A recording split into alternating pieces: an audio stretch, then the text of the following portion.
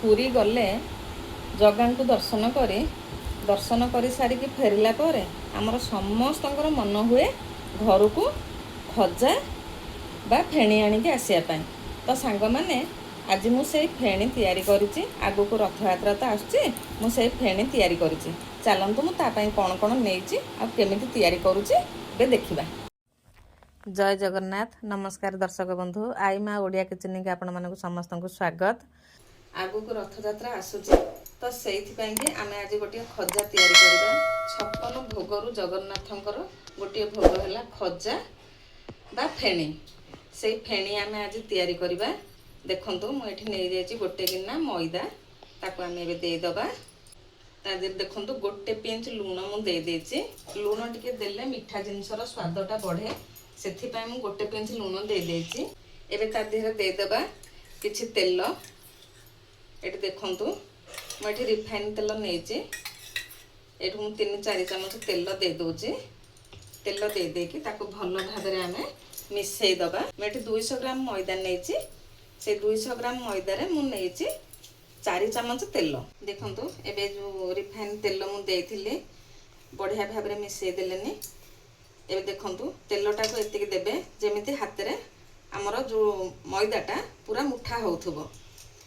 ଏବେ ସବୁକୁ ତ ମୁଁ ମିଶାଇ ଦେଲିଣି। ଅଳ୍ପ ଅଳ୍ପ ପାଣି ଦେଇକରି ତାକୁ ଟିକେ ଚକଟିବା। ଏ ଚକଟାଟା କେମିତି ହେବ, ଆମର ରୁଟି ହେଉଛି, ରୁଟିଠୁ ଟିକେ ଟାଇଟ୍ ଅଟା ଚକଟା ହେବ। ଯେହେତୁ ଆମେ ଖଜା କରୁଛେ ତ ଟିକେ ଆମେ ଟାଇଟ୍ କରିକି এই ଅଟାଟାକୁ ଚକଟିବା। ଏବେ ଦେଖନ୍ତୁ ମୁଁ ଅଟାଟାକୁ ଚକଟି ଦେଇଛି। ଯେଉଁ ମଇଦାଟି ଆମେ ଖଜା କରିବା ପାଇଁ ଚକଟୁଥିଲେ ମୁଁ ତାକୁ ବର୍ତ୍ତମାନ ଚକଟି ଦେଇଛି। ଏତିକି ଟାଇଟ୍ରେ ତାକୁ ଚକଟିବେ, ବେଶୀ ପାଣିଆ କରିବେନି। ମୁଁ ଏବେ ବର୍ତ୍ତମାନ ଭଲସେ ଚକଟି ଦେଇଛି। ତାକୁ ଆମେ କ'ଣ କରିବା, 10 ମିନିଟ୍ ପାଇଁକି ରେଷ୍ଟ ଦେବା, ଘୋଡ଼େଇକି ଗୋଟେ ଜିନିଷ ରଖିଦେବା। ଏ ଦେଖନ୍ତୁ ମୁଁ ଗୋଟେ ଗିନାରେ କିଛି ନେଇଯାଉଛି ତେଲ। ସେ ତେଲରେ ଆମେ ଦେଇଦେବା କିଛି ମଇଦା। ତାକୁ ଦେଇକରି ଗୋଟେ ଘୋଳ କରିବା।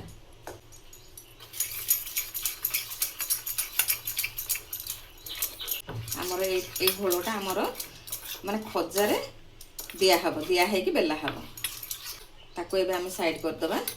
ଏବେ ଦେଖନ୍ତୁ ମୁଁ ଗ୍ୟାସ୍ ଅନ୍ କରିକି ଗୋଟେ କଡ଼େଇ ନେଇଯାଇଛି। ଏବେ ଖଜା ପାଇଁକି ଆମେ ଚିନି ଶିରା କରିବା।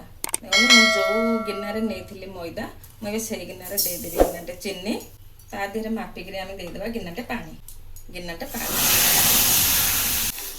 ଚିନିଟାକୁ ଶିରା ହେବା ପାଇଁକି ଆମେ ଛାଡ଼ିବା।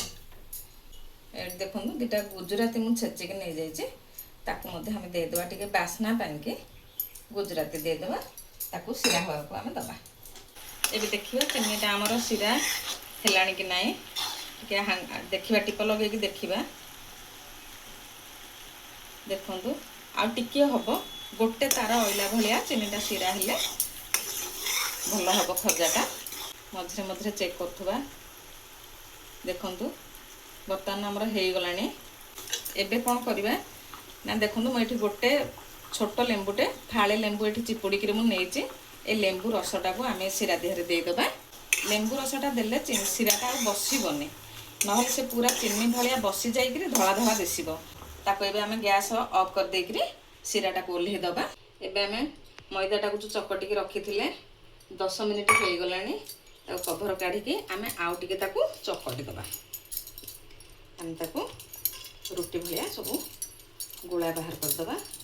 ଦେଖନ୍ତୁ ଆମର ଏବେ ଗୁଳା ହେଇଗଲା। ମୋର ଏଇଟା 8ଟା ଗୁଳା ହେଲା। ଏବେ ଆମେ ରୁଟି ବେଲିବା। ଦେଖନ୍ତୁ ସାଙ୍ଗମାନେ, ଆମେ ଟିକେ ତାକୁ ମଇଦା ଛିଞ୍ଚି ଦେଇକି ବର୍ତ୍ତମାନ ଆମେ ତାକୁ ପତଳା ପତଳା ସବୁ ରୁଟି ବେଲିବା। ଦେଖନ୍ତୁ ଦର୍ଶକ ବନ୍ଧୁ, ଏଠି ଗୋଟେ ରୁଟି ମୁଁ ବେଲି ଦେଲି ଖଜା ପାଇଁକି। ପୁରା ପତଳା କରିକିରି ବେଲିଛେ। ଆମେ ରୁଟି ଯେତିକି ମୋଟା ବେଲିଛେ ତାଠୁ ଆହୁରି ପତଳା କରିକିରି ଆପଣମାନେ ବେଲିବେ, ତାହେଲେ ଖଜାଟା ବଢ଼ିଆ ଭାବରେ ହେବ। ଏତିକି ପତଳା କରି ସବୁଯାକ ରୁଟି ଆମେ ବେଲି ଦେଲେ। ଏବେ ଆମେ କ'ଣ କରିବା, ଏ ଲାଷ୍ଟ ରୁଟିଟାକୁ କାହିଁ କାଢ଼ିବା, ଏଥିରେ ଅଛି ଆମେ ଯେଉଁ ନେଇଥିଲେ ମଇଦା ଆଉ ତେଲକୁ ଗୋଟେ ଘୋଳ କରିକିରି ବର୍ତ୍ତମାନ ଆମେ ତା ଦେହରେ ଗୋଟେ ଲେୟାର ଦେବା।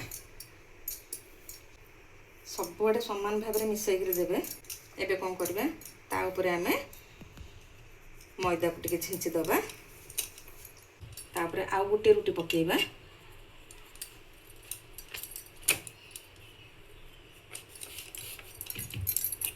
ପୁଣି ତାକୁ ସେଇ ଯେଉଁ ତେଲ ଆମେ ଗୋଳ କରିଥିଲେ ତାକୁ ଆଉ ଗୋଟେ ଲେୟାର ଦେଇଦେବା। ଏବେ ତା ଉପରେ ଆଉ ଟିକେ ମଇଦା ଛିଞ୍ଚି ଦେବା। ଗୋଟେ ଥର ଲଗାଉଥିବେ ତେଲ ସେ ଘୋଳ, ତାପରେ ମଇଦା ଟିକେ ଛିଞ୍ଚି ଦେଉଥିବେ। ଆଉ ଗୋଟେ ରୁଟି ଦେଇଦେବା। ମୋର 8ଟା ରୁଟି ହେଇଛି, ମୁଁ ଏଠି 4ଟା ଲେଖାଏଁ ରୁଟି ଦେଇକରି 2 ଥରରେ କରିବି।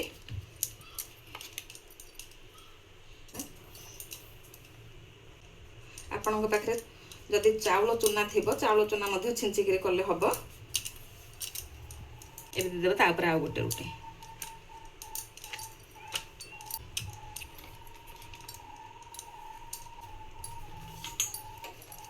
ଏବେ କ'ଣ କରିବା, ଚାରି ସାଇଡ଼ରୁ ଆମେ ଟିକେ ହାଲକା ହାଲକା ମଝିରୁ ଦାବି ଦେବା, ତାପରେ ଆସ୍ତେ ଆସ୍ତେ ତାକୁ ଗୋଟେ ରୋଲ୍ କରିବା। ଏଇଠି ଆମେ କ'ଣ କରିବା, ଏ ଲାଷ୍ଟ ପଏଣ୍ଟରେ ଆମେ ଟିକେ ପାଣି ଦେଇଦେବା। ପାଣି ଦେଇକି ଲଗେଇଦେଲେ ଆଉ ସେ ଛାଡ଼ିବନି, ଛାଣିଲା ବେଳେ ନହେଲେ ସେ ଛାଡ଼ିଯିବ, ଫିଟିଯିବ। ତ ବଢ଼ିଆ ଭାବରେ ଆମେ ପାଣି ଦେଇଦେବା, ଏତକରେ ଦେଇକରି ଆମେ ପୁରା ରୋଲ୍ କରିଦେବା। ଏବେ ଆମେ ତାକୁ ଛୁରୀ ଦିହରେ କାଟିବା। ଏମିତି ଗୋଟେ ଛୁରୀ ମୁଁ ନେଇଯାଇଛି, ତାକୁ ଆମେ ସାଇଡ଼୍ରୁ କରିକି କାଟିବା। ଏମିତି କରି ଆଉ ଯେଉଁ 4ଟା ରୁଟି ଆମର ଅଛି ଆମେ ତାକୁ କାଟିଦେବା। କେତେ ସୁନ୍ଦର ଲେୟାର ହେଇଛି ଭିତରେ, ତାକୁ ଆମେ ସାଇଡ଼୍ କରିଦେବା। ଏବେ ଆମେ ସବୁ ଗୁଡ଼ାକ ରୋଲ୍ ଗୁଡ଼ିକ କାଟି ଦେଇଛେ, ଦେଖନ୍ତୁ। ଏବେ ଆମେ ତାକୁ କ'ଣ କରିବା, ଗୋଟିଏ ଗୋଟିଏ ନେବା, ଏଇ ସାଇଡ଼୍ରେ ଏମିତି କରିକି ଥୋଇବା। ସାଇଡ଼୍ରେ ଥୋଇକି ତାକୁ ଏମିତି ଟିକେ ଆମେ ଆସ୍ତେ ଦାବି ଦେବା। ଦାବି ଦେଇକି ତାପରେ ଆମେ ବେଲିବା।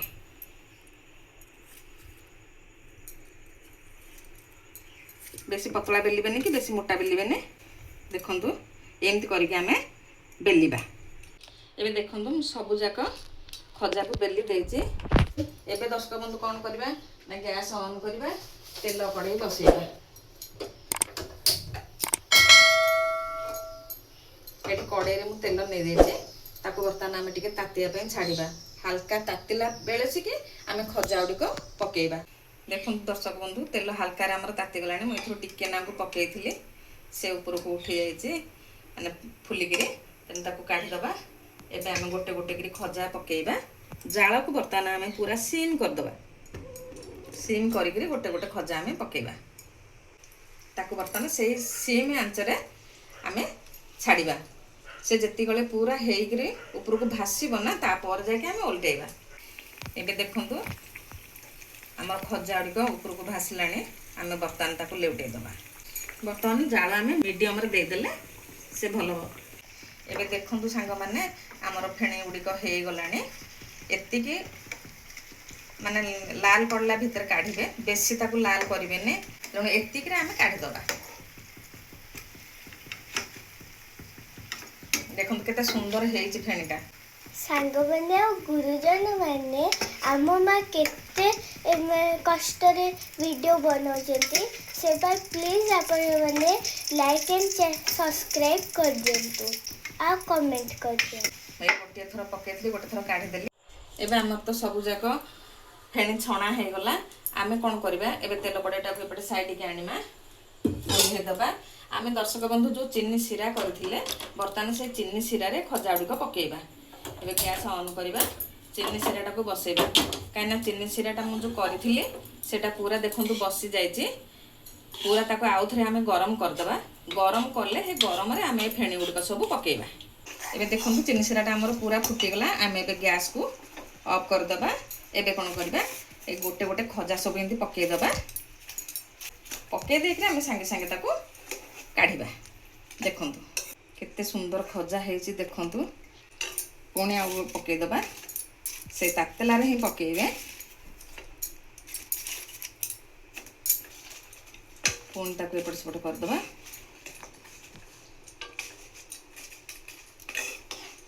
କାହିଁକିନା ଚିନି ଶିରାରେ ପକେଇକିରି ଖଜା ଗୁଡ଼ିକ ରଖିଲେ ସେ ଭିତର ପୁରା ସଫ୍ଟ ହେଇଯିବ। ଚିନି ଶିରା ଭିତରକୁ ଯାଇକିରି ବେଶୀ ପୁରା ଭିଜିଯିବ, ଭଲ ଲାଗିବନି।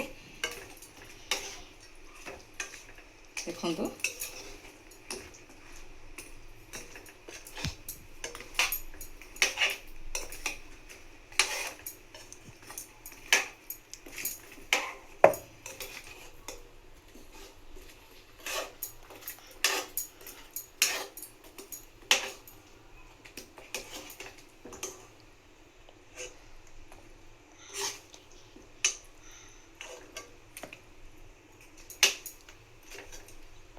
ଏମିତି କରିକି ଆମେ ସବୁ ଖଜା ଗୁଡ଼ିକ ଚିନି ଶିରାରେ ପକାଇ ଦେଇକି କାଢ଼ିବା। ଦେଖନ୍ତୁ ଦର୍ଶକ ବନ୍ଧୁ, ଏବେ ମୁଁ ଚିନି ଶିରାରେ ସବୁ ଗୁଡ଼ିକ ଖଜା ପକାଇକି କାଢ଼ିଦେଲି।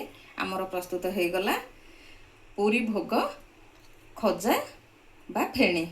ଯଦି ଆପଣମାନଙ୍କୁ ମୋ ଭିଡ଼ିଓଟି ଭଲ ଲାଗୁଛି ତାହେଲେ ନିଶ୍ଚୟ ଗୋଟେ ଲାଇକ୍ କରିଦେବେ, ସେୟାର କରିଦେବେ, ସବସ୍କ୍ରାଇବ୍ କରିବା ପାଇଁ ଭୁଲିବେନି। ଆଉ ମୁଁ ଯେଉଁ ପ୍ରଣାଳୀରେ କରିଛି ଆପଣମାନେ ନିଶ୍ଚୟ ଘରେ ଥରେ ସେମିତି କରିବେ, ଦେଖିବେ ବହୁତ ବଢ଼ିଆ ହେବ। ରହୁଛି, ଜୟ ଜଗନ୍ନାଥ।